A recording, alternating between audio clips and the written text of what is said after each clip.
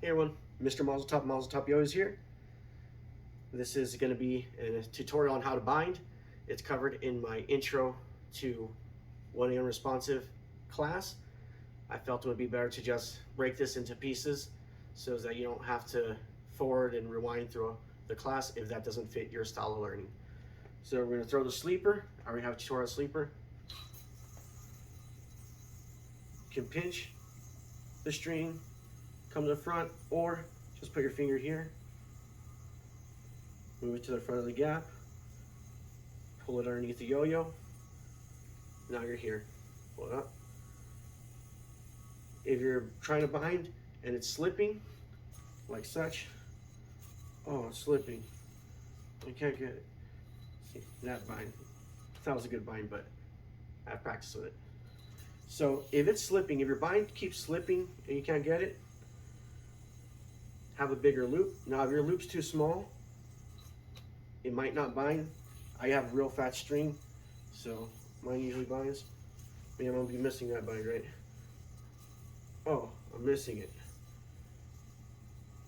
Hands level. And don't have it too far away. Have it almost in line with each other. Okay, and you'll feel it start to grab. It'll even start to vibrate a bit. Here. Bring them close. They don't have to crisscross, but sometimes that does help.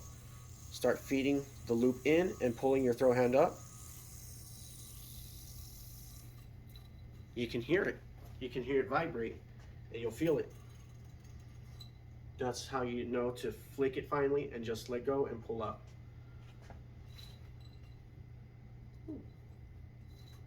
So, here.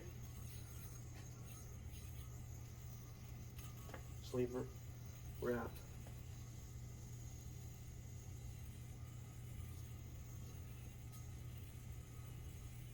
Bring them close, feed, pull. There you go. Now, if it just keeps slipping and slipping, well then go ahead and put your throw hand lower than your non-throw hand. So you start here. Now there's more time to feed without it slipping. Worst case scenario when you're barely learning is this. Cross your hands, throw hand feeds down, and your throw hand pulls up. There you go.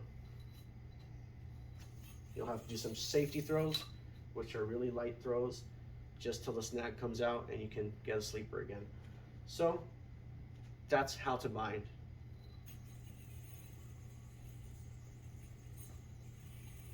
Sleeper, throw hand brings the string to the front of the yo-yo. Straighten that out. I'm now holding it in this position. Non-throw hand feeds down onto the bearing while I pull my throw hand up. And when I feel it start to snag, I let go of the loop, which I'm holding in my non-throw hand, and I just yank my throw hand up. There you go. Okay.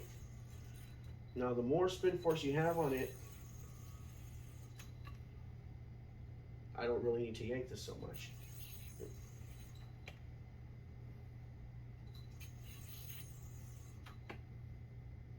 I always do pull back a little bit because that aids in getting the return.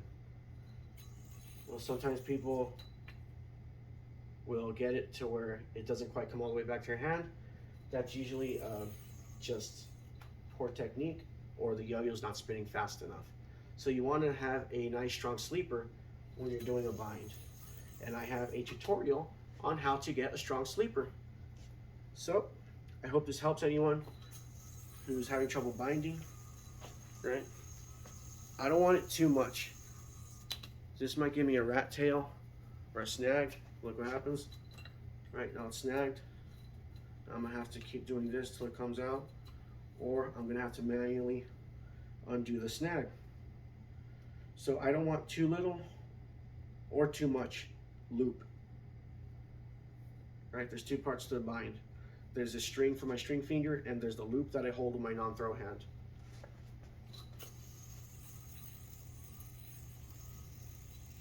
You can also just push into the string and flip the yo-yo onto the string. But either way, you're getting in the same position. You're here. I can put my hands level If I cross them, then I don't want to come too close to the gap if I actually cross them, because then I'll get a really bad snag.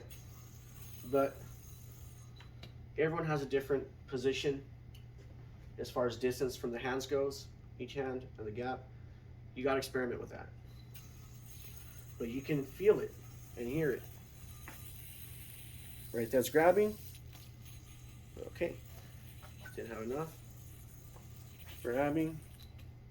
There you go. So once it actually bites, you'll feel it bite and start returning. Move your hand out of the way.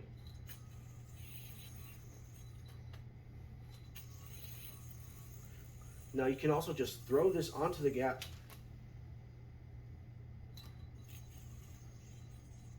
or throw it behind the gap, right? I'm throwing it not straight down, flicking it to the opposite side. Here, I'm gonna flick it towards my body. There you go. I didn't have to feed it. I just flicked it towards my body. Here. Flick it towards my body, and once it bites, then I pull back. I don't pull back early. If I pull back early, I'll get a slip. I don't pull back until it bites. I'll hear it bite. Clink, or I'll feel it. See, right there we heard the ping. It's slipping because I don't have enough loop. I need more loop. There you go. See, so you don't want too little or too much loop. I use kind of a lot of loop, I think, maybe compared to most people, but it's different for everyone. Also depends on your response pad and strings. So I hope this really helps you to learn how to bind a sleeper. Right?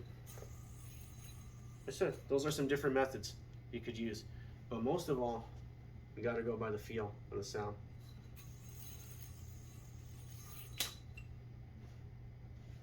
Have a good one, everyone. I hope this helps anyone who's struggling with binds, and we'll be back with more.